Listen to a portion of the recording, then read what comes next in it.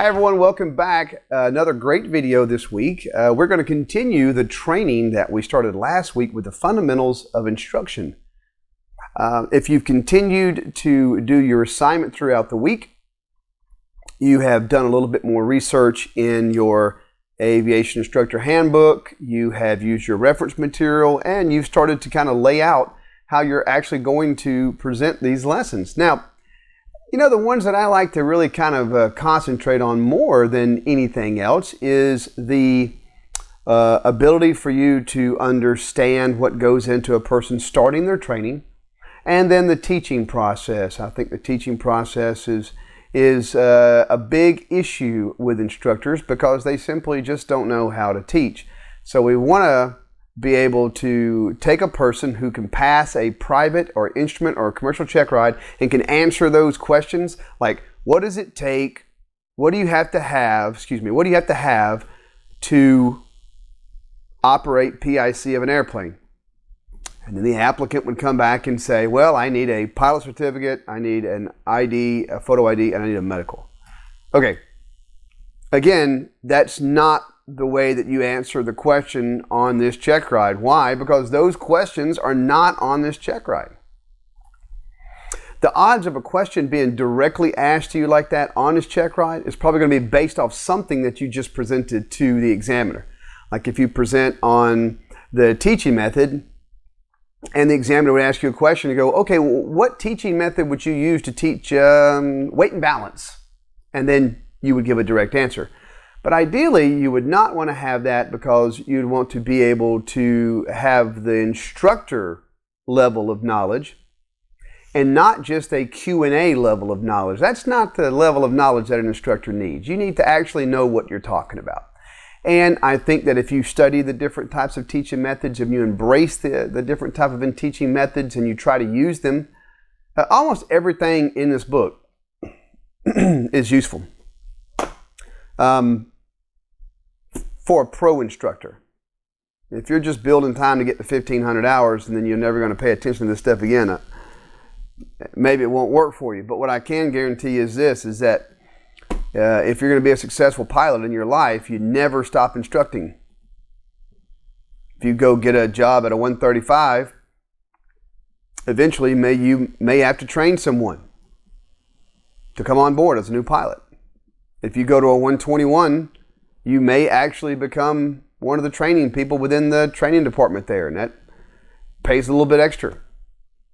So the bottom line is that this stuff is not just totally worthless. It does have a little bit of meaning to it. You just simply have to have somebody tell you why it's important to you. And as I'm doing this today, I'm literally using FOIs to make this point to you. So let's go over the teaching process. And hopefully at the end of this one, you will understand more about what you have to do and what tools you have in your instructor tool bag to be a better instructor. Let's start. A lot of good comments on the material that I'm giving you to go along with me on this, the little sketch that I'm posted down below in the notes section here.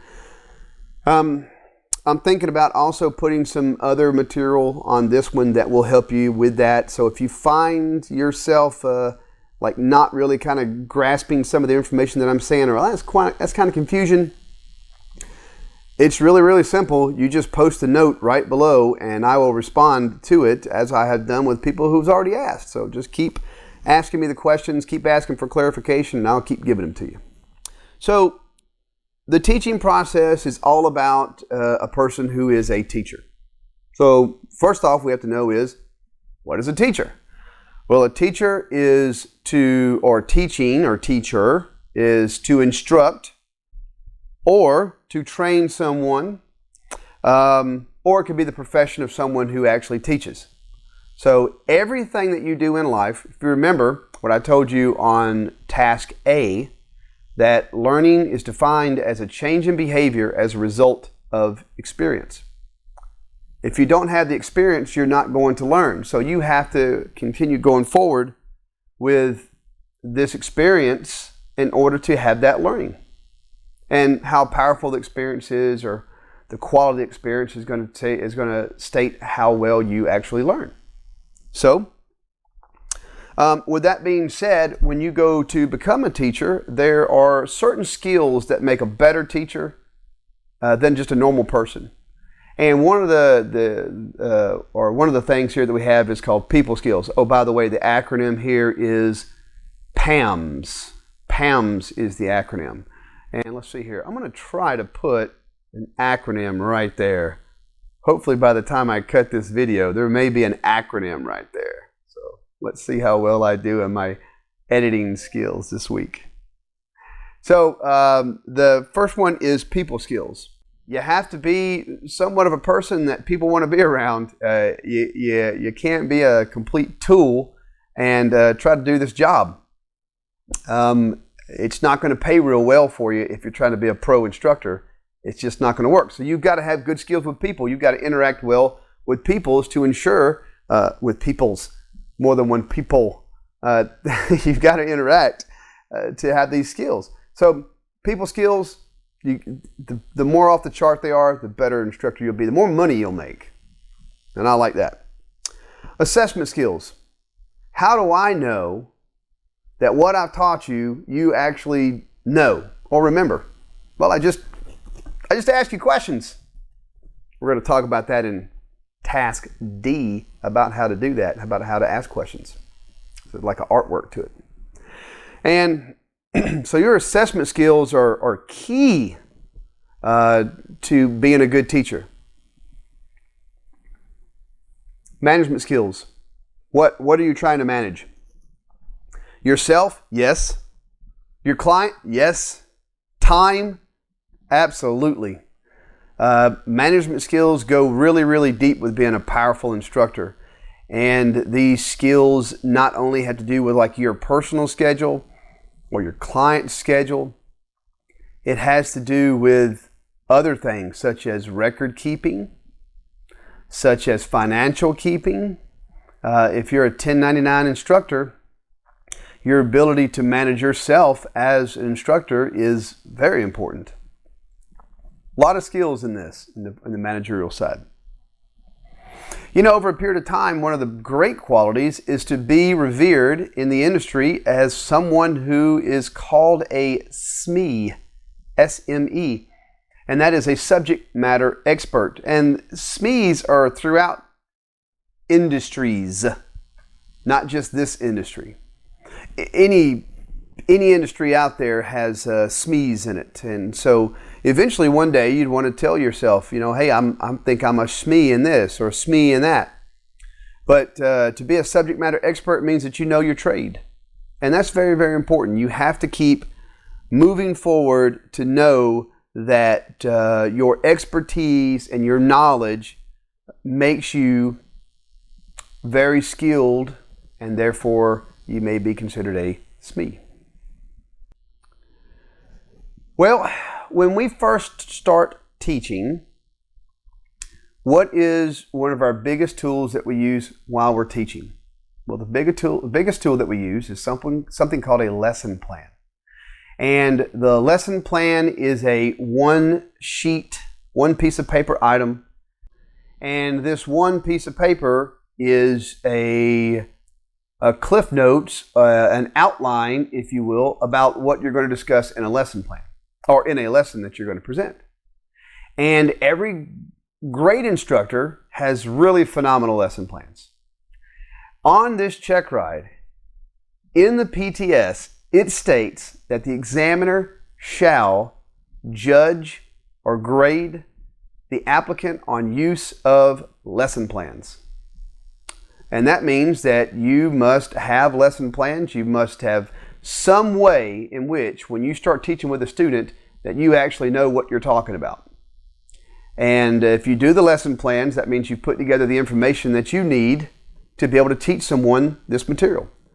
So I highly advise you spending a lot of time in putting together the lesson plans that are needed to pass this check ride, and which will also make yourself a phenomenal instructor in the field. When we go to look at a lesson plan is comprised of different lines or parts. So you'll have one part of the lesson plan, at the very top of it, it'll have a line called the objective. Underneath the objective will be the elements that you're going to talk about on the lesson. The next line will be equipment. What equipment do you need for you to present a lesson? And that could be like a chalkboard, a whiteboard, a video monitor, overhead projector, whatever it is that you're using to teach that lesson, that would be your equipment. The next thing that you want to lay out in your lesson plan is something called instructor actions. Most of the time when I look at a lesson plan that's extremely generic, it'll just say something like, instructor shall present the lesson with, or just say something like, present the lesson. Like, that's your actions, present the lesson. We know you're going to present the lesson, duh. It needs to be more detailed about how you're going to present the lesson. The instructor shall demonstrate the use of the E6B flight computer by demonstrating the different figures that can be figured, and really detailed, laid out information about how you're going to do your job. What specifically are you going to do? That's the instructor's actions. The next one you have is student actions, and it needs to be detailed as well. The student shall, while you're in the class, participate in the calculations of the E6B by performing certain calculations while in class under the supervision of the instructor to ensure that the student understands the proper use of the E6B. So the student actions are not just sit in class, take notes. No. A good lesson plan, you're going to go above and beyond that. You're going to really say exactly what you want that student to be doing while sitting in class, not just sitting there taking notes. That's not learning. That's sitting there and paying someone however many dollars an hour just to sit there, because you're not going to learn anything. Most students who I've talked to who had an instructor like that tell me they learn more when they get home in the evening time working by themselves than they did in class. And that's sad. So don't be that instructor. The last thing that we have is something called completion standards. So after you present this lesson, what do you want the student to be able to do? So I taught a lesson plan, taught a lesson on the Garmin 430. What do I want the student to be able to do? Is they've never seen a Garmin 430 before. They've never seen an aviation GPS before. What do I want them to be able to do at the end of that lesson? And I want to be able to have the student be able to pre-flight and perform remedial tasks on the Garmin 430, which are essential to day-by-day operations within an aircraft equipped with such device. Something like that, without going into too much detail. So that is the essential part of a lesson plan. Our acronym for that, OEEISC. I wish it was a little bit better one, but it's really not. That's kind of what we have. If you figure up a better acronym for it, post it down below for me. I'll be happy to use your acronym and give you credit for it on future lessons. One of the things that we have to also learn as an instructor, if you're following along with me in either on your notes or on any one of the other items that I've given you to go along with me, which is one of the items down there in the box down below us, is on page 6-2 of your book. We have to talk about certain things before we get into the teaching. The FAA, in all their wisdom, have really kind of dorked up the way that FAR Part 61 is laid out on how you have to learn this material, and they don't go in any particular specific order. It's just kind of like a hodgepodge of stuff. And so if we look in FAR 61.185 and then take another look in 61.187, there are certain things that you have to learn with the FOIs, and they break it down into two different sections. And so 61.185 has more items of FOIs than 61.187 does. In 61.185, it says that you must be familiar with a couple of different key terms and how they relate to you as an instructor. So like one of the things that we'll talk about is this thing called a course of training. It's at the bottom of 6-2 in your textbook. And the course of training is an entire course in something. Like for instance, you as an instructor, you want to devise a private pilot course. You want to devise an instrument rating course, a commercial course, a flight instructor course. So what does this course of training mean to you as an instructor, and how would you use it? Well, if you're working for a school that has a commercially produced course and syllabus and training course outline and these other terminologies we're going to talk about, you don't have to do anything.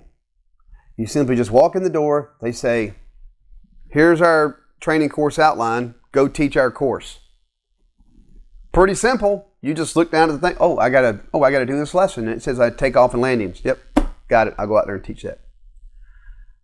But the way that this material is written is not like that. The way that every bit of this material is written is off the assumption that you're going to go into the field as an independent CFI and that you won't have any commercially produced anything to help you. No syllabuses, no training course outlines, no course of training material, nothing. All you have is your airplane flying handbook and your pilot handbook of aeronautical knowledge and a few other publications. Go out there and teach this course. So what does this mean to you? Well, it means that you actually must be able to be trained to create a course of training. And if you understand these key words like we talked about, like objective and completion standards, you can easily create a course of training. So let's say that I want to create a course of training. Let's say that, for instance, for this conversation, I want to create a private pilot course. What is the objective in this course? And we can, for the point of this conversation, we'll really dumb this down and just narrow it down to a couple of words. What do we want to do in the private pilot course? We want to achieve our private pilot certificate. So what are our completion standards? So after we've gone through the course, what are our completion standards? Our completion standards say that at the end of this course, the applicant will have enough material in their head and have done enough flight training that they're able to do all the maneuvers and they know all the knowledge within standards and they can pass a private pilot check ride. That would be your objective and your completion standards. Once you have your objective and completion standards, you can go forth and now design your course. Because with every single thing that you do, you have to have a lesson plan for it, and you have to have an objective, and you have to have a completion standard. And if you devise your completion standards, if you think about what it takes to get to your completion standards, you will fill in the blank under the word element. So it actually is very, very important that you do understand these next couple of terminologies that you're going to go into, that I'm going to cover, because if you don't, you really can't design a course. And that's what I'm trying to go over with you, is that you can't just say, here's my lesson plan, I'm ready to go. The true instructor will know how to devise the whole entire thing from zero all the way to hero. You must be able to present the entire material, or to design the entire material. So without further ado, let's keep going. And I don't know if I made it real clear to you, but it's pretty much anything that you do within aviation you have to have a lesson plan for, or you have to have a course of training for. It could be even for a mini course that is not like a pilot certificate. Like for instance, if I wanted to teach you a high performance endorsement, I actually have a complete course that I go over which covers how I would teach a high performance endorsement. And it's going to vary because I don't know what airplane you're going to come to me in. Is it a Bonanza? What model Bonanza? Is it a Cirrus? What model Cirrus? What type of avionics does it have? What am I trying to get to at this. And we're going to cover all this material about how this actually works during the presentation, like changing around things and how do you teach one thing to the next, and when you have a changing differences in the equipment, we're going to talk about that as well, because you have to make sure that your lesson plans that you create are very versatile and that they're able to go back and forth between different students and different equipment, and you don't have to make up stuff on the fly as you go.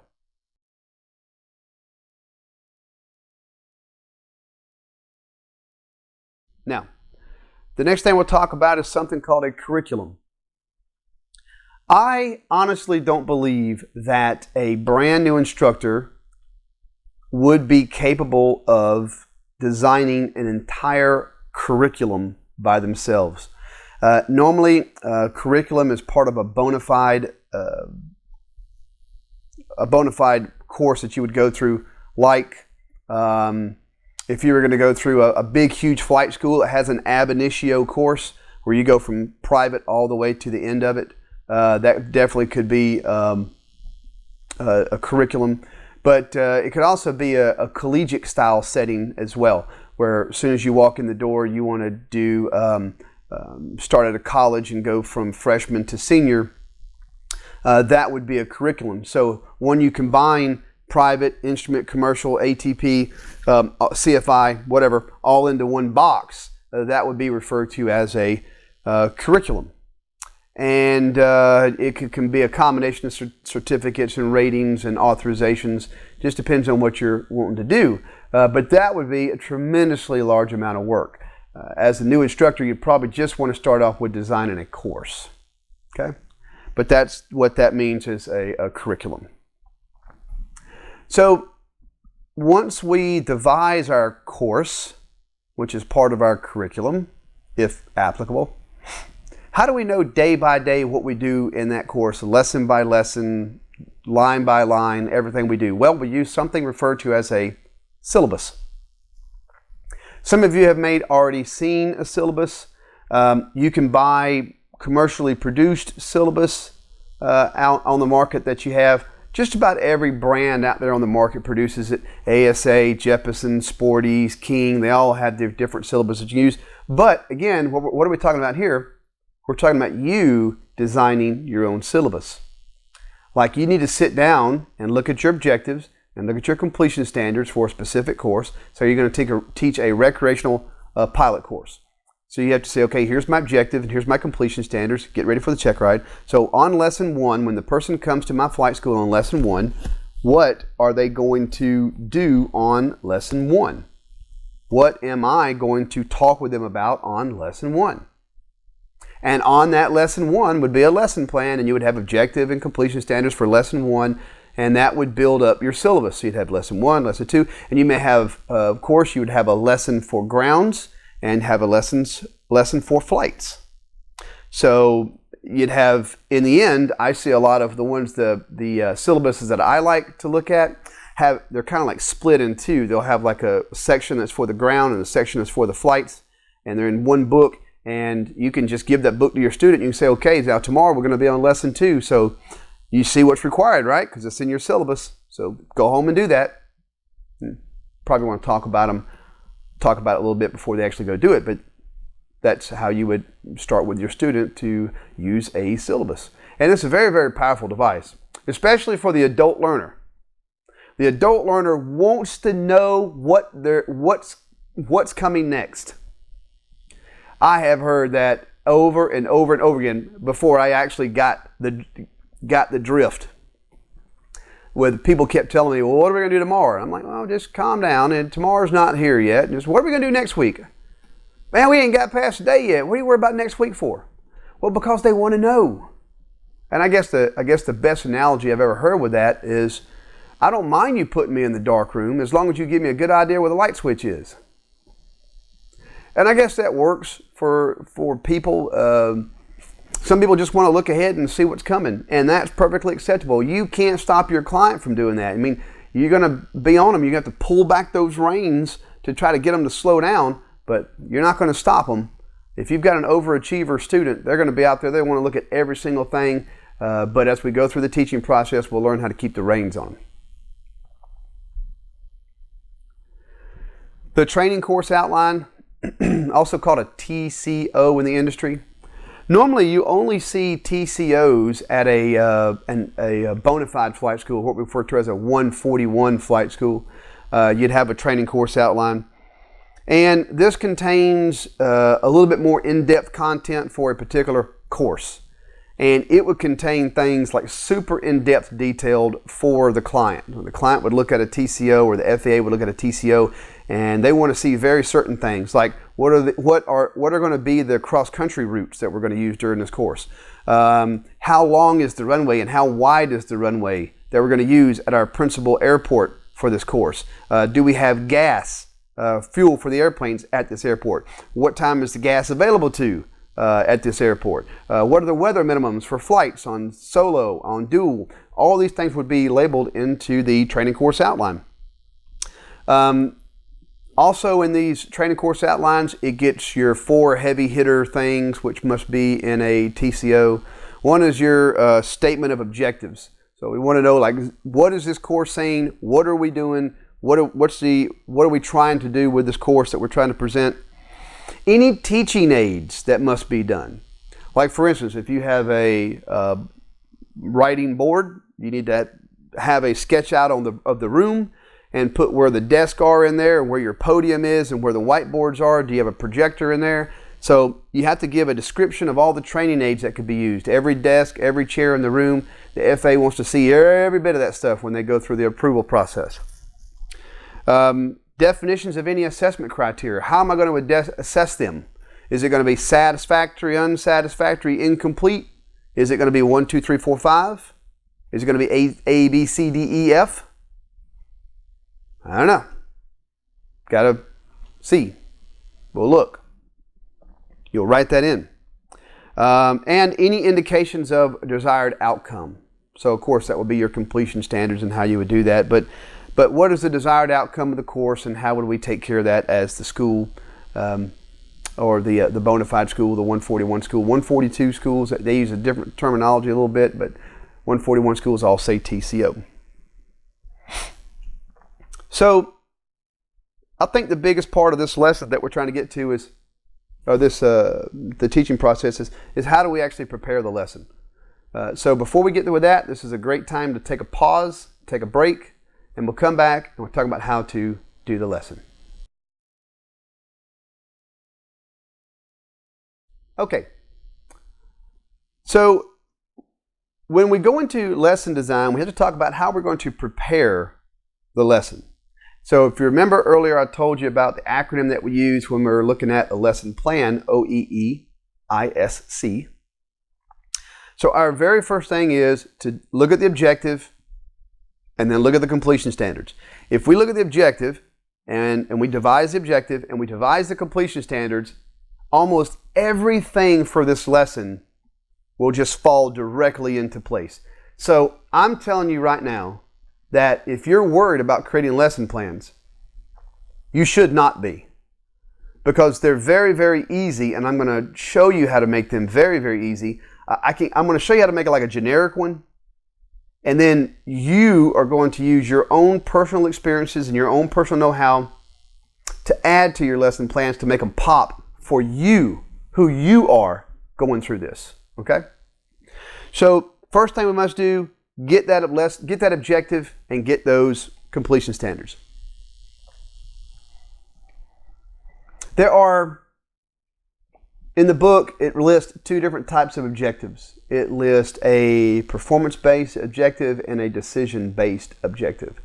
The performance-based objectives are very, very essential in defining exactly what needs to be done and how it is to be done during each lesson. If you have a decision-based objective, these objectives are going to allow more of a dynamic training, meaning that dynamic means change over time, rough about.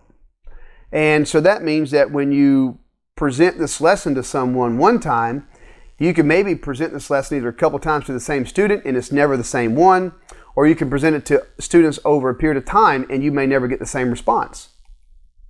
So pretty cool stuff. I really like decision-based objectives because I like to take my training and make it just like real-world maneuvers. Like when the person's out there literally in the real world, will this, what I'm trying to teach them, will it teach them something? Because I want to be able to teach you how to beat your way out of that wet paper bag while you're out there flying by yourself. So I need to be able to train you exactly how you would be out there flying by yourself and to deal with those issues. So if we're looking at, let's take a closer look at performance-based objectives. Any performance-based objective that you have, the very first thing that you want to think about in your head or wherever is a description of the skill or behavior. Like, what are you trying to teach? What are you trying to, what is the outcome of the instruction going to be? The description of the skill or behavior. Could be a knowledge, could be a skill, could be an attitude. I don't know. It's up to you. You're the one that's writing the lesson. And then we need to make a note of what we call conditions. And the conditions are the rules under which this skill or behavior is demonstrated.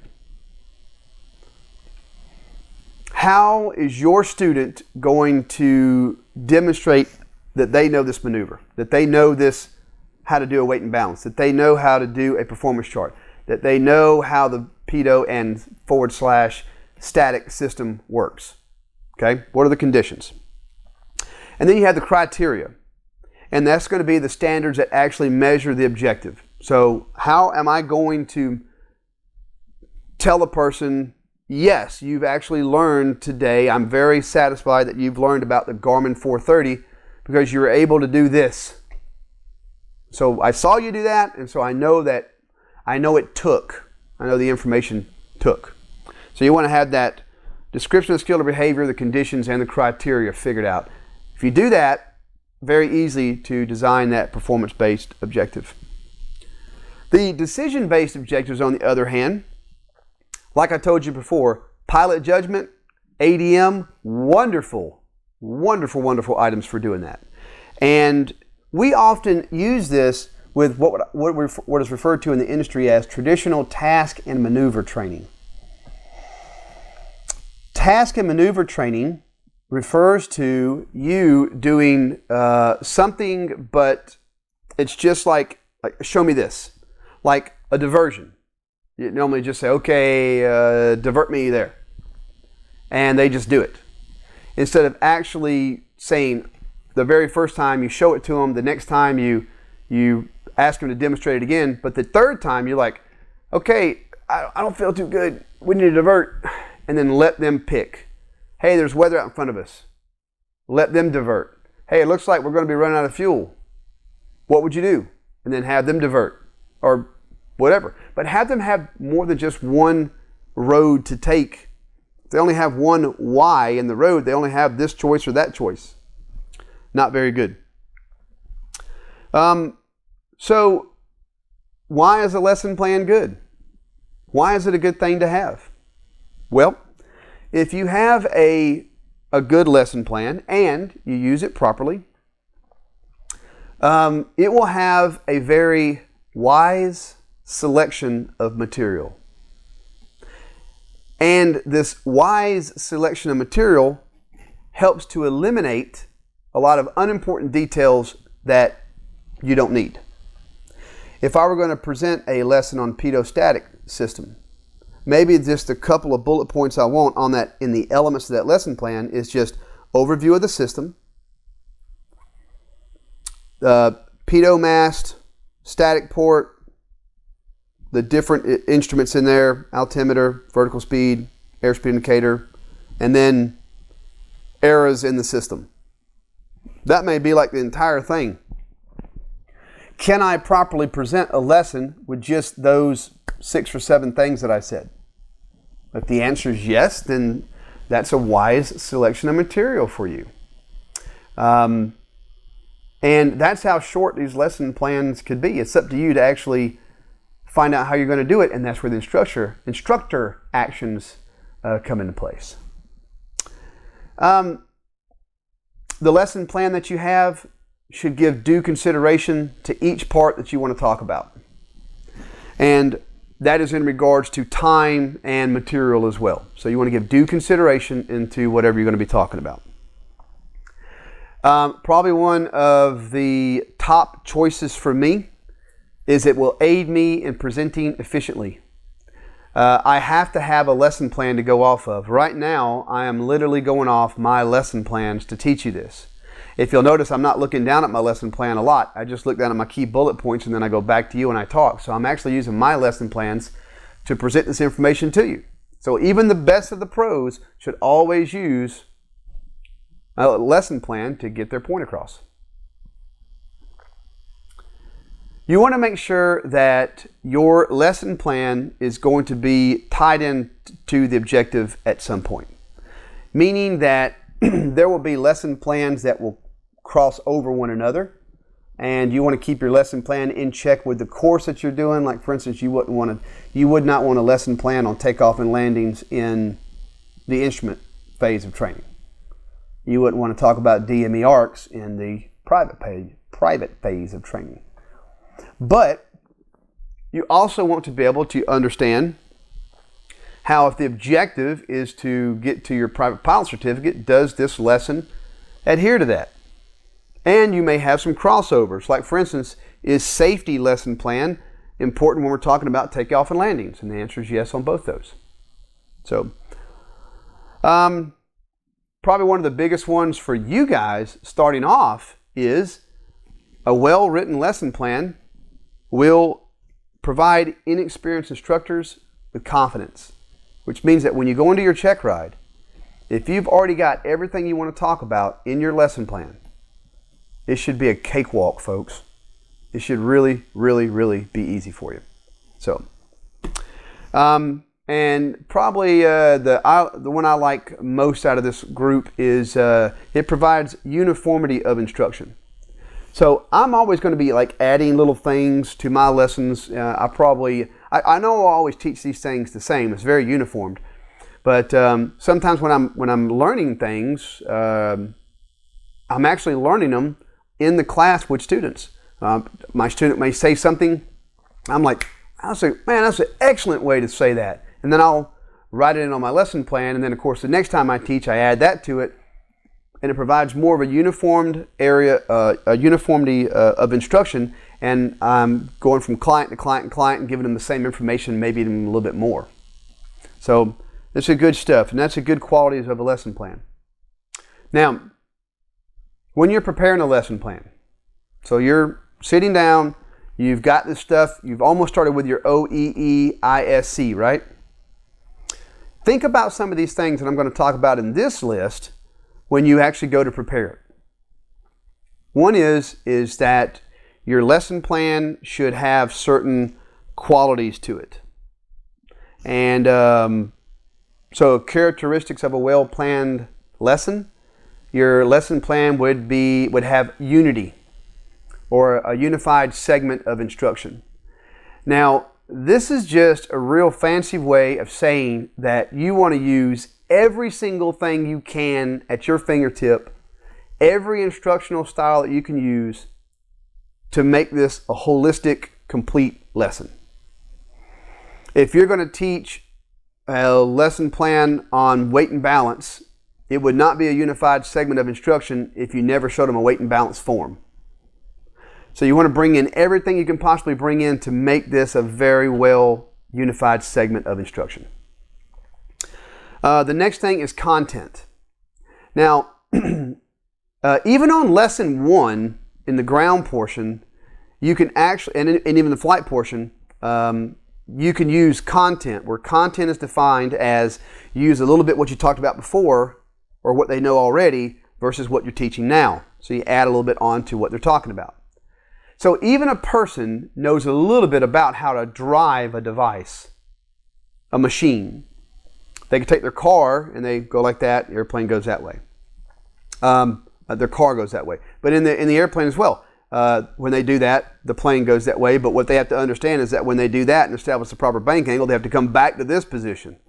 So it's a little bit same, but a lot different. But nonetheless, even on lesson 1, they already know a little bit about what they're getting themselves into, because they do know how to push a pedal, how to pull a lever, how to flip a switch, how to look, how to smell, how to feel. They know these things. They've already had structure in this. But every single lesson you do, to say it has good content means it builds off what you've already taught and you're expanding on it.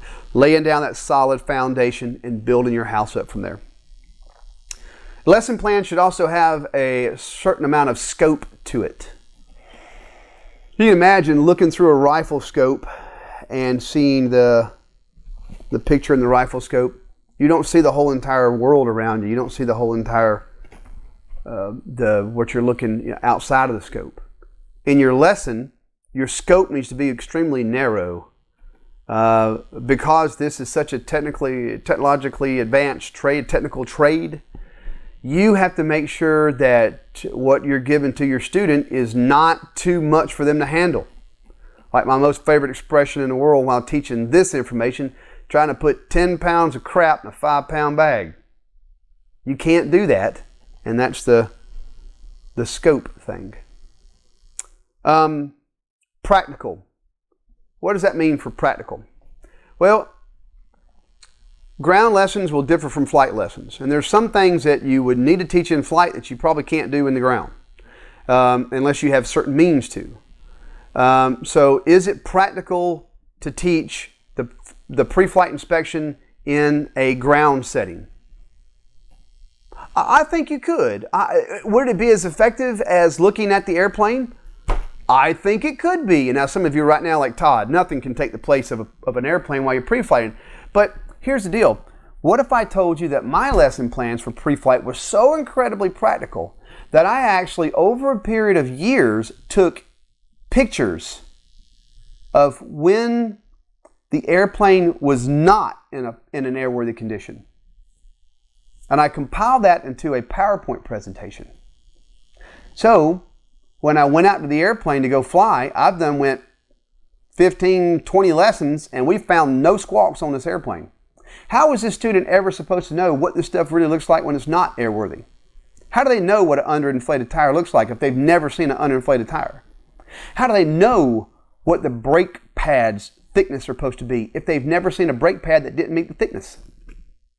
These are all very, very, very important things, and to have this practicality of the lesson is incredibly important to you. So remember, there are certain things for ground, there are certain things for flight. You have to make the lesson very practical so that way you understand how you're going to present this lesson. Flexible. Over a period of time, your lesson you'll be better at actually teaching your lesson. And you need to have the ability to do two things. One, be able to stick holistically to your lesson plan if need be. Meaning, could you alter it? Yes. Could you add things to it? Yes. And that means the lesson plan is very flexible. Meaning that when you teach it, you can do whatever you want to with that lesson plan. In other words, if you cut some things out or add some things to it, it's still the lesson in which you're trying to produce, and that is called flexible. Your lesson should also relate to the course of training. This goes back to what I told you a minute ago about having a safety lesson plan involved on a takeoff and landing lesson plan. So it's very, very important that you say, okay, do we understand risk management? Yes. What should happen if you lose an engine on the upwind? Is there any type of crossover here we can talk about in regards to this? Because this course of training involves for you making a very safe private pilot. So that does relate to the course of training. A good lesson plan will also have the acronym PPAR, P-P-A-R. So every lesson that you ever do, you always want to prepare it. And the next thing you always want to do is present it. And then you always want to give some type of application, like how they would do this in the real world, and then review through assessment. So it's a preparation, presentation, application, and review. And that would get you through the characteristics of a well-planned lesson.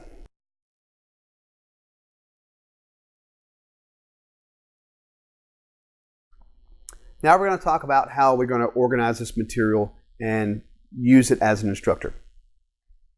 When you are devising your lesson plans and you're getting ready to think of, okay, I've done my lesson plan, I've written it, it's got everything on there that I want to have, and now I got to think about how am I going to present this lesson to the student.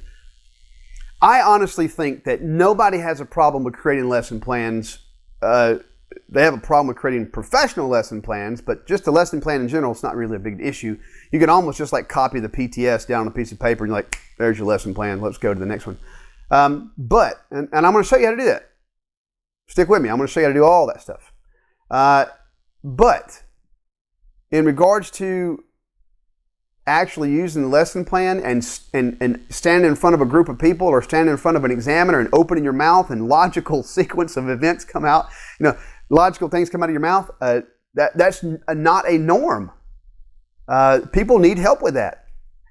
So the very first thing is you have your lesson plan out in front of you, and this lesson plan today I want to teach is on the Garmin 430 GPS.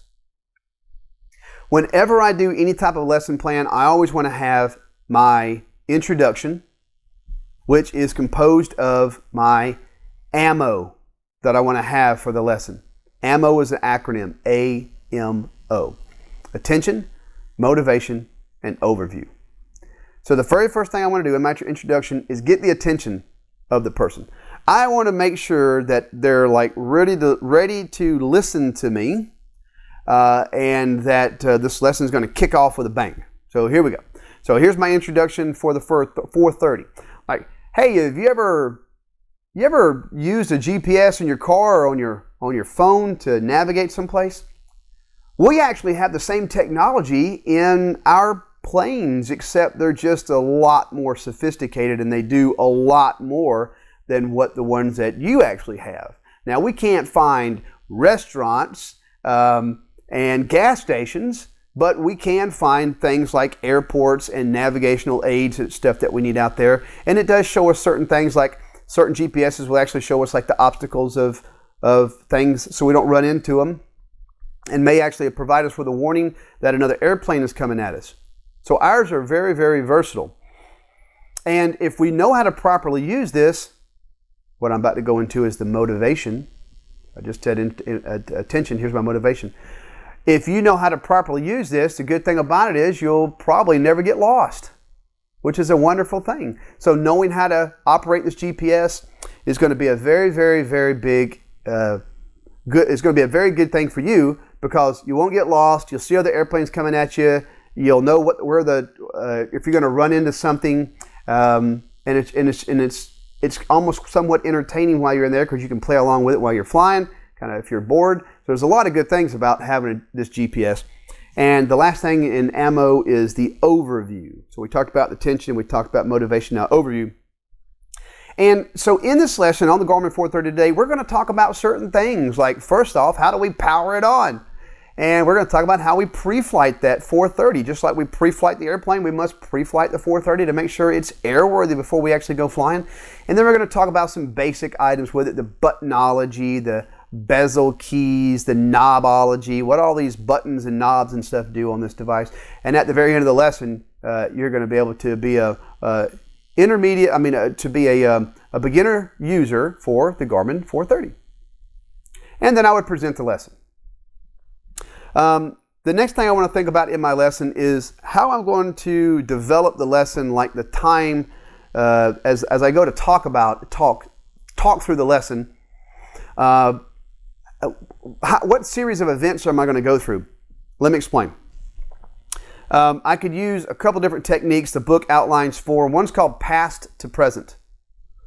So if I'm presenting a lesson to you and history is important, then I would use past to present. I would talk about how it used to be, and then I would talk about what we have now, and that's called past to present method. I could also use something called simple to complex. Whenever I think about this one, immediately the first thing that comes to my mind is airspace. Because it's airspace is incredibly complex, especially when I combine my lessons, which is when I do teach airspace, I combine it with the sectional chart. I like to teach both things simultaneously because I think it's simpler. So what you may see me do when teaching an airspace lesson, I'll start off very small. Like I'll start off with a class golf airspace, and I'll start off with an uncontrolled airport on the chart. And I'll start very small. This is a class golf airport. It's underneath the 1,200-foot AGL. It doesn't have a magenta ring. It doesn't have a magenta dashed ring around it. It's a very simple airspace, and here's how to read the airport data. Very simple. This is class golf. Here's the class golf airport. Very simple things, and now we just add on them.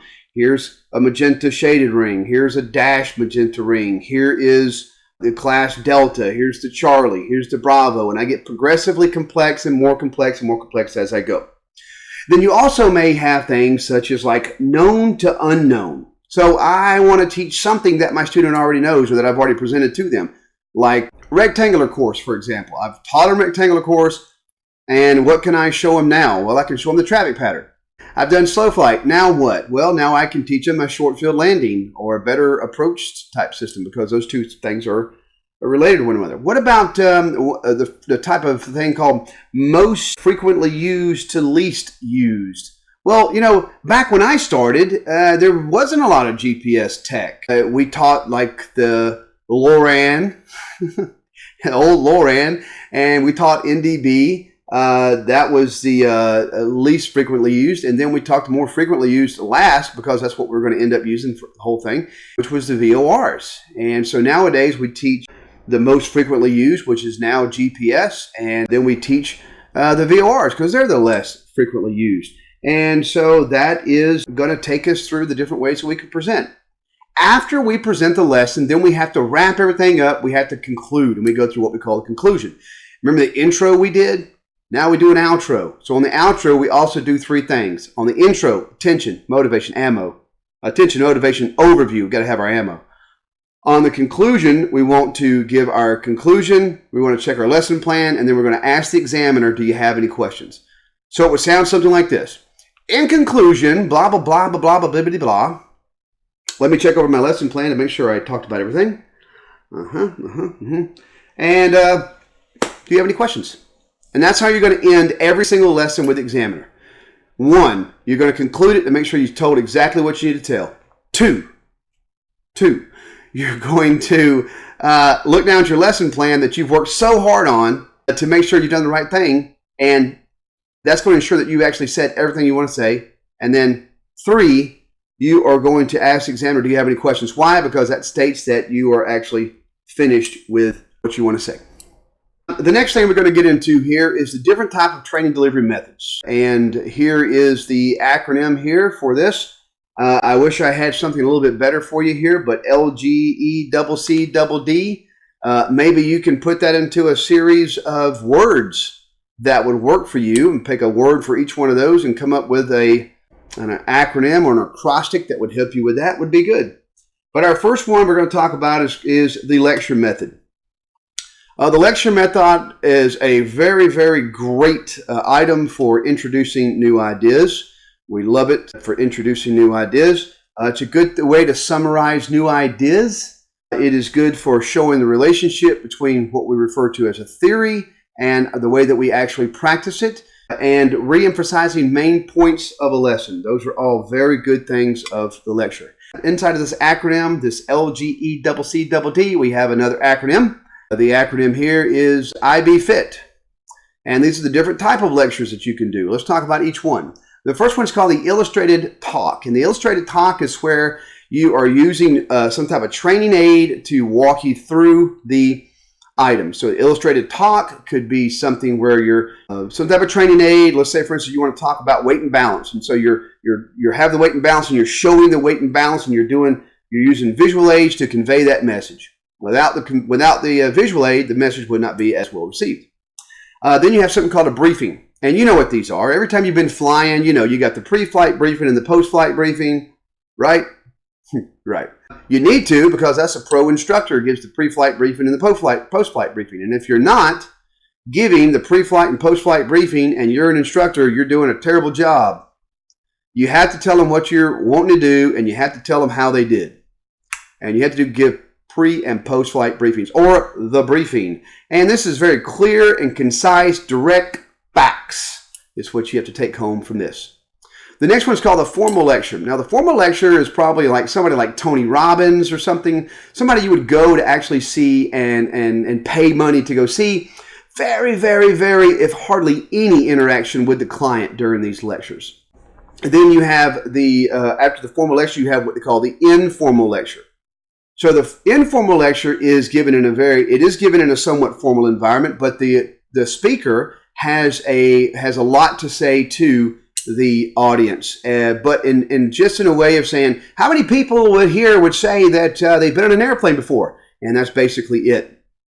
Not a lot of interaction besides questions like that. Then you have something called a teaching lecture. A teaching lecture is a full-blown teaching lecture. There's a lot of interaction between the client and the teacher, and the teacher's doing a lot of things with them. They're having interactive projects. They're very hands-on, and this is referred to as the teaching lecture. Now, there are some good advantages of lectures, and one of them is what a great way to do a large amount of people at one time. It's really, really good. You want to have a large amount of people at one time, bring them in, just do a lecture for the whole entire group. Works perfect. You notice they do it in places where they do a lot of people at one time, you know, like college, university, you know, they love the lectures. You're going to find out that these lectures will help supplement other teaching devices and method. So you have your workbook, you have your videos, you have some things on the internet that you're using, and boom, then you sit into a lecture and everything kind of pulls together right nicely. It also offers you to present many ideas in a relatively short period of time. And this is good because we don't want to spend too much time a lot to spread this out amongst the masses. If I had to do it with every single one of you, it would take up forever. And that leads us to the next thing. It's most economical in regards to that, because let's say if I had a class of 10 people and I charge $100 an hour as a flight instructor to flight instruct and to ground school. Well, if I was charging $100 an hour and I did a 2-hour ground school with 10 people, well, that's a lot of money for me. But it's a lot of money that the customer would have to pay out. Normally the customers are in aviation, they're always trying to find a deal, so you may do a 2-week ground school and only charge $200. And that way for 2 weeks you make 200 times 10 instead of the other way, which for me personally, I'm going to tell you, I like the first way better. But not a lot of people are going to pay that amount of money for that amount of period of time. And it just ends up being too much and nobody's going to do business with you. So you got to find some type of happy medium. You know, with the advantages, you also have disadvantages. And some of the disadvantages we want to talk about is it's not effective for learning large amounts of information in a very short period of time. This is probably one of the biggest problems with big ab initio, big pilot mill flight schools. They're trying to shove as many bodies into one room as they can possibly get. They're trying to do it as quickly as possible. And it is just not the best way of doing it. However, it is somewhat effective based on the instructor. If the instructor is a good instructor, they can make use of these very short periods of time. It's a very difficult job unless the person is a really good instructor and knows their information. Now, when you're in this lecture and you're talking to the masses, you may not be able to estimate whether every student in the group is having an understanding, and that becomes a problem because you just may not be able to understand if everybody has picked up what you're putting down. And so that's a downfall. And the last way is that the lecture in itself provides no way of checking student progress. There's just too many people in the room sometimes, and you simply just can't evaluate everybody at one time. So the next thing we're going to talk about is how do we prepare the teaching lecture. So I've got a subject, and I want to prepare on it, and I'm going to talk about whatever the subject is. So we just pick some subject, and we go ahead and present on that subject. But the very first thing is when I have my lesson plan out and I'm getting ready to talk about the subject, I definitely want to talk about the desired objectives and the outcome of that lesson. Very important. Very, very important. I want to research the subject. I taught a lesson one time to a group of people. I went down to Dalton, Georgia to teach a EAA chapter on ADSB technology. I got paid to go down there and do this. And I went down there, and the people in the lecture knew more about the ADSB tech than I did. And it was embarrassing. And so don't let my downfall be your downfall. Remember that if you're going to teach this stuff someplace, make sure you research this subject, because you'll make a total arse out of yourself if you don't. Next thing you want to do is organize your material. What's a great way to do this? If you said lesson plan, you're absolutely correct. The lesson plan is a great way to do this. And lastly, if you want to take this over the top, plan productive classroom material. Plan some type of interactivity. When I'm teaching lectures, I use a company. I'll go ahead and drop a name here. I use something called Turning Technology.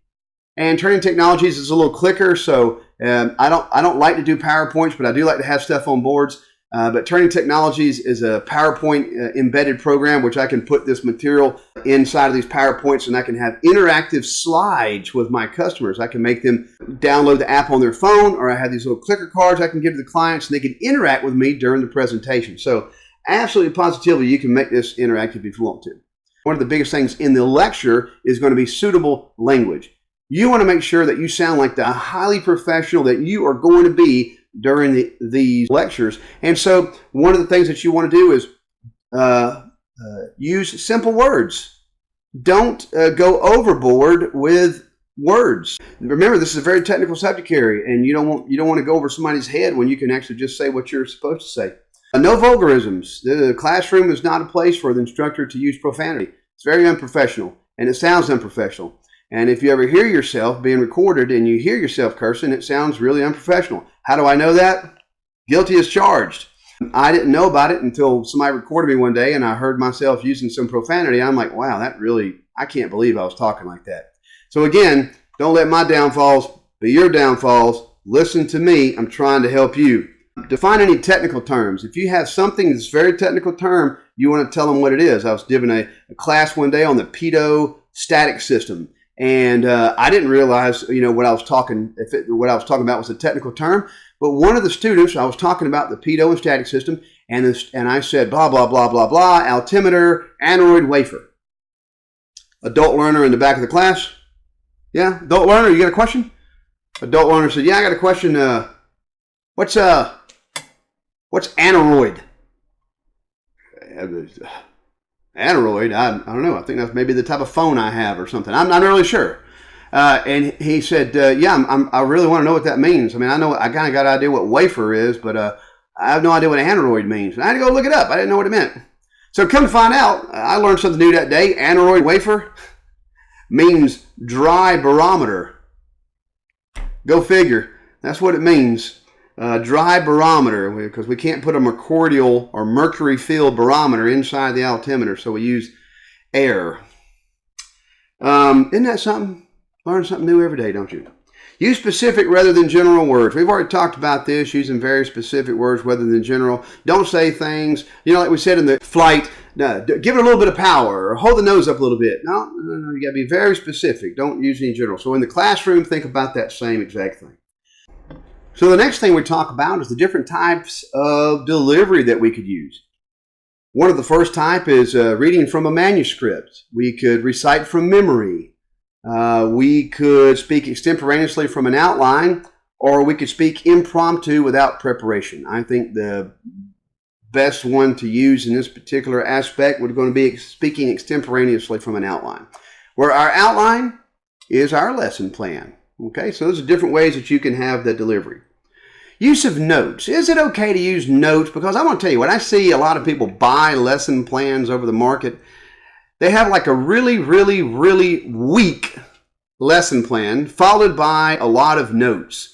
And I think that the client thinks that they're getting their money's worth because it has a lot of stuff. But what they don't know is that first page is the lesson plan. The rest of the stuff is notes. Good God. I mean, I would not put a lot of, I would not buy into this lesson plan stuff just because it has a lot of notes and thinking that you get your money's worth, when the first plan, the first page is all you need, and that's the lesson plan. But you know what? An instructor who knows their information, they don't need notes. I'm not using notes. I have literally a PowerPoint presentation sitting up on this thing, and I'm just looking at the slides. I have little cues on each slide, and I'm just going down and talking about it. So notes, when used wisely, can ensure accuracy, that you're actually talking about the thing. So when you're actually talking to the examiner, you should probably do exactly like I'm doing. And when you come to the next particular point, you just kind of look down and go, now, you know what? What helps to keep the lecture on track? Notes. So that's another third thing. That's the third thing that they're good for. Notes help keep the lecture on track. So it's a good thing to have some notes. Make no effort to hide them from the student. That makes you look weak if you're trying to hide it from the student. So those are guidelines for use of notes. We've talked about the lecture method. Let's go into the guided discussion method. I think the guided discussion method is a wonderful, wonderful method. There's a group that is an aviation group. They're called imcclubs.org. They're part of the EAA, Experimental Aircraft Association of America. And you will see, if you go to one of these meetings, that they actually use the guided discussion method. They use guided discussion method uses a series of questions to get people involved within the lecture. It's very exciting the way it works. You have you give a series of determined items, like here is the aircraft, here's the condition of the aircraft, here's the maintenance records, here is the weather, here is the pilot, here's his experience, and here's the scenario. And you depart off, and how many of you right now would not, and I asked the crowd, how many of you right now would just not go on this flight? Show of hands. And the person raises their hand. I go, okay, John, tell me why would you not go on this flight? And John tells why he wouldn't go on the flight. And then other people in the room from different experience levels may look at John and go, I never thought about that. What an excellent way to look at that. And we would just go to the next point. And we would say, okay, now we continue on up and we get closed off. And now we see this problem. What would you do? And we'd go around the room and people would raise their hand and they would say what they would do. And there may be some people in the room go, I never thought about that. That's an excellent idea. And this is how the guided discussion method goes. And it's a very, very powerful way of learning. I like using the guided discussion method when I teach. It's very interactive and you don't have people falling asleep in class. I tell you that. When you are looking at the questions that you would use for the guided discussion method, you want to make sure that you use this acronym here, Hicks Railroad. And you want to use this acronym to help you to understand if you want to design an effective question. So one, the question must have a very specific purpose. And it must be very clear in meaning, must contain a single idea, it must stimulate thought, requires a definite answer, and relates to previously covered information. If you keep this in mind when you're designing those questions, you'll be perfect in the guided discussion method. Let's look over at e-learning. E-learning is anything that runs off batteries or electricity. So basically any electronic item, a phone, an iPad, a computer, anything that runs off electricity or battery powers that helps you learn something. That's all called e-learning. E-learning is a pretty good thing because, one, it is very time flexible. You can stop it and start it as much as you want. We're very time flexible. If you've only got 10 minutes to learn, e-learning is good for you. It's also very cost competitive. If you want to try to compare what it would cost you to learn something with an instructor versus learning something from an app or a program, it's very economical. It's very learner-centered on the idea that you're trying to gather. It's easily updatable, unlike a book, which you may have to buy a book every year or every edition.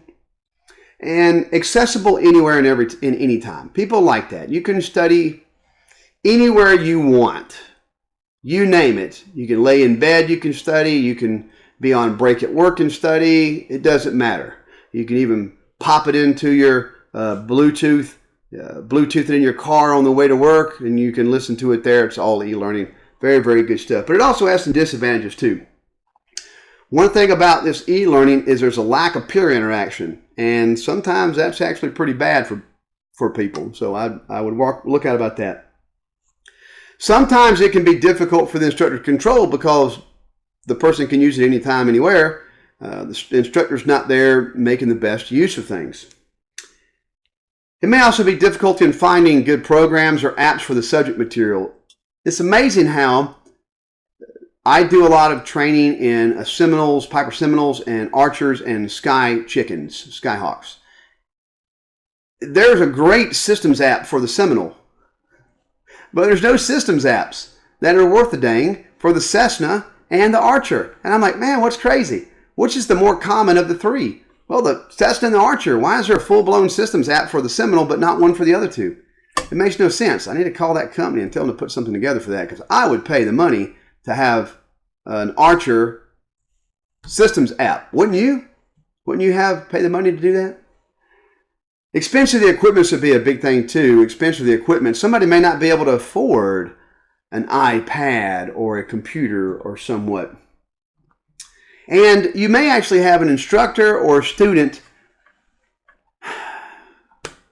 They may just be, you may have a person that they don't like the technology. You know, they look at the tech and like, I don't know, that freaking iPad and all this other stuff. You can't do that.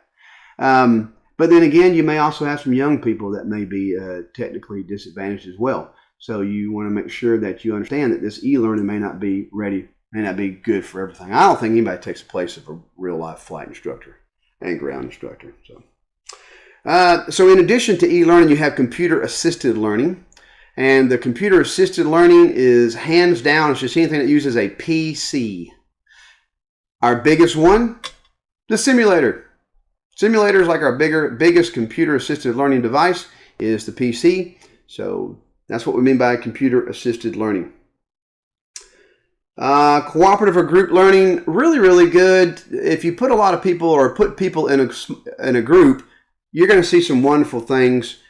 They can work together to maximize each other's learning capacity, and it just really has a good effect on the group. Matter of fact, research is going to dictate that those who actually participate in these group things will have higher test scores, they'll have higher self-esteem, they'll have improved social skills, and a greater comprehension of the subject that they are studying. So I highly recommend group studying. I think individualistic stuff sometimes can be good if the person is that.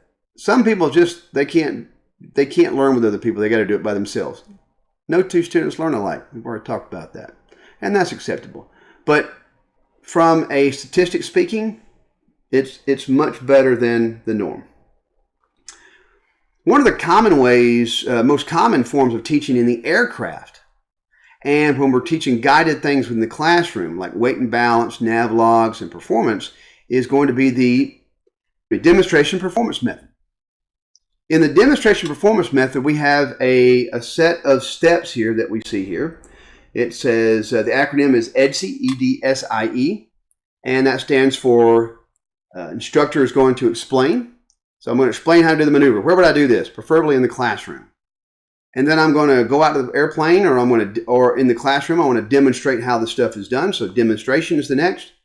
The next one is student is going to perform it, so I'll give the student a chance to do it. While the student is performing it, the instructor will supervise while they're doing that. And then the last thing is the evaluation by the instructor. So this is a step in which we're going to talk about again through the 4 ways, but it's called the demonstration performance method, and it's probably the most widely used item that we use, the most teaching lecture that we use, or the teaching way that we use in the airplane, and is used a lot in ground sessions. Some important points that we want to know about the demonstration performance method. One of them is the student's performance is a direct, it's only going to be as good as what the instructor has taught them. If the instructor is weak, the student will be weak. If the instructor is good, the student will be good. The student may be asked to explain new things that they've learned in the classroom, and they also may be asked to demonstrate new things that they've learned in flight. So just on the whim, the instructor may say, show me this, show me that. And this is very, very important because of two reasons. One, When we go to practice this, we want to make sure that the student is identifying their errors and correcting their errors. And two, if you don't give your student the ability to make the error, they'll never perceive what it looks like. And if they never perceive what it looks like and see what the error looks like, then they'll never be able to correct it. And you have to let them make some errors. If you don't let them make errors, they're never going to have an opportunity to correct it. And if you're there correcting them all the time, so you got to let them get partially into a mistake before you go, grabberton on the controls. We don't want to do that at all. So let them get partially into a mistake and then jump in. Don't grab a hold of the controls and scare the student while you're doing it, and correct it, and then get them to do it right again. Because if you catch this stuff early on in the lesson, guess what? The law of primacy will dictate that you didn't have to retrain anything, and they'll be much better if you go along. But identify the errors very early on in the training, because these bad habits, once they're learned, they're very difficult to break. The drill and practice method is something that should be done every lesson, whether it be ground or whether it be flight. You always want to talk about what you did last time and then ask questions to make sure they understand. Drill and practice. So if I'm talking to you and I'm teaching you a class and we're talking about how to endorse somebody for a check ride, every single time we meet, I'm going to ask you how to endorse somebody for a check ride. And I'm going to change up the scenario all the time so it's never the same. So you got a helicopter guy come in, he's got 1,500 hours, he's never stepped foot in an airplane, he wants his commercial airplane, single engine land. What are you going to do? And then the next time I would ask you another scenario just to make sure. That's called drill and practice. Promotes learning through repetition. Every time practice occurs, learning occurs. And what law of learning is this? What law of learning do you think this is? If you said law of exercise, you are absolutely correct. Very good. The next thing is problem-based learning. Now, problem-based learning is the backbone behind the new Airman Certification Standards, which I absolutely love, in case I haven't made that perfectly clear. And this is going to promote your aeronautical decision-making and problem-solving skills, because the more scenarios you give, the more ways that students have ways to beat their way out of that wet paper bag. Okay? So we love to be able to give them as many scenarios as possible. Problem-based learning. Presenting real-life problems which force a student to reach real-world solutions. Types of problem-based learning: scenario-based training, collaborative problem-solving, case study. If you've ever done like an aviation degree, like a pro aviation degree or a piloting degree, they case studied the living bejesus out of you. They love to do the case studies in aviation school. They want you to try to figure out where the pilot went wrong. And so that's a good one. If I'm going to use a scenario, I need to learn how to devise a good scenario. And there's ways to do it. And so we have this acronym over here. It's IWDSS. So one thing you have to understand is, one, the scenario, is not a test. It's not a test. It will not have one right answer. If it has one right answer, it's not a scenario. Does not offer an obvious answer. There should be like multiple answers and maybe a couple that's better than the others. Should not promote errors. If it's promoting errors, not a scenario. And lastly, it should help to promote situational awareness and opportunities for decision making, because that's what this thing is all about. It's all about the ADM. I love to use instructional aids, and so we'll have to talk about instructional aids and training technologies. What are some of the ones that you've used already? We probably are on the same page about this already. But instructional aids help to support and reinforce what has been taught. And I don't think that you can really teach some things without a instructional aid. You may have seen my YouTube video on P-Factor. So many years I've been teaching P-Factor to people, and I never realized how hard it was until I just had somebody that says, I don't understand this. I'm like, well, I'm doing, up and descending. And they're like, no, I don't understand. And I just went over and pricked the propeller up, and I started looking at the propeller, and I'm like, oh man, this is great. And I started using the propeller, boom. And I closed that gap pretty quick using a training aid. So it is safe to understand that good training aids will absolutely bring down any language barrier that you may have as you're trying to teach this material. But we have some guidelines. CGOS. Clearly establish the lesson objective. If your training aid doesn't need to be there, don't even have it out. Gather necessary data by researching the support material. If there's anything you need to know about it, you should find out about it before the lecture, before the teaching item, before you bring this thing out. You don't want to have people ask you questions about this item you can't understand or you don't understand. That's not good. Organize this item, organize this training aid, the material, into your lesson plan. So in your lesson plan where it says equipment, you want to make sure that you have your training aid listed in that. That would help a lot. And in your lesson plan, you want to select the ideas that are going to be supported by the training aid. You know, why is this training aid here? What are you trying to show them with this training aid? Are you just simply want to show it to them, or you want to show how it works? Maybe a good idea to list that out if you could. So I find that instructional aids are very nice to have whenever you have a long segment of a very technical description. Training aid can help solve some of those language barriers. If you have a very complex point that you're trying to put into words, like try to explain to someone the inside of a propeller prop governor. If you just have a prop governor that's not any good, or whatever, you have one that's been taken off an airplane, and you take it apart and you show them the inside of it, man, you won't have any problem putting that into words. But that's a very difficult thing to put into words and even draw out. Sometimes they have pictures of them, and it doesn't really work out that well. If you're trying to form a visual image of something, is there something in aviation that you try to form a visual image of that you think is quite difficult? Well, maybe you should consider a training aid. When students are puzzled by a verbal description, and this is quite often, you kind of look back to the prop governor. You got the instructor standing in front of the room and he's doing like this. All right, so this is an underspeed condition. This is an overspeed condition. And the student's like, what are we doing? How big is this thing? What are we doing like this for? What does this symbolize? You have no idea. I've seen instructors teach it a lot of different ways. And lastly, we want to talk about the different types of instructional aids that we use. We have things like you can use your whiteboard over here, or blackboard. I have a blackboard. I like it. Pops a little bit better. Supplemental print material. Maybe you printed something off for the student to read. Enhanced training materials.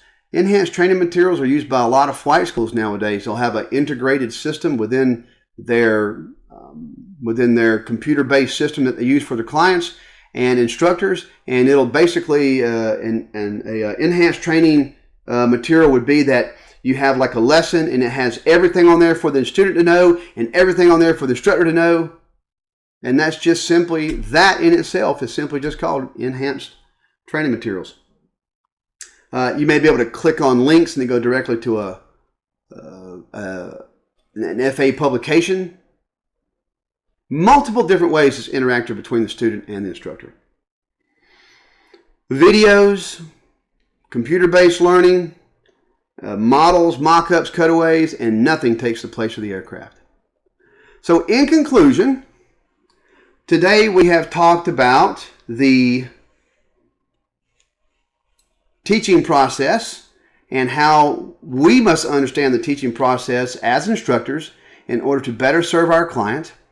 And if we understand how to better serve our client in different ways we can present the material, we will be better instructors in the end, and we will be able to teach our clients more effective.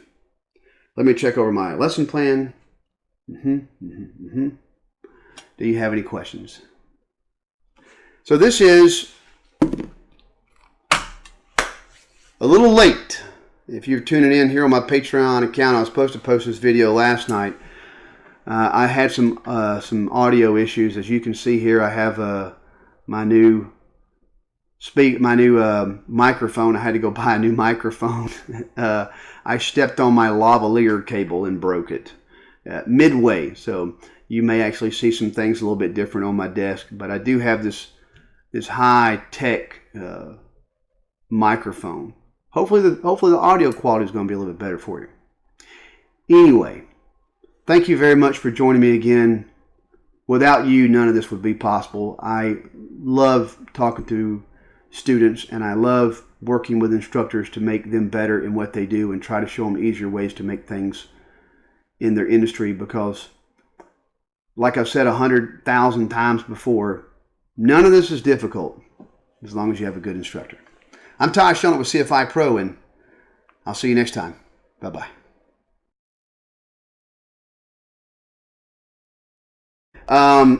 Excuse me, or we can...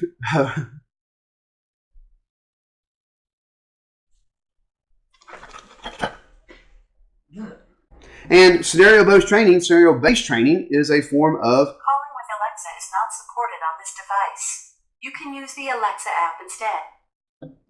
Why, thank you. Thank you.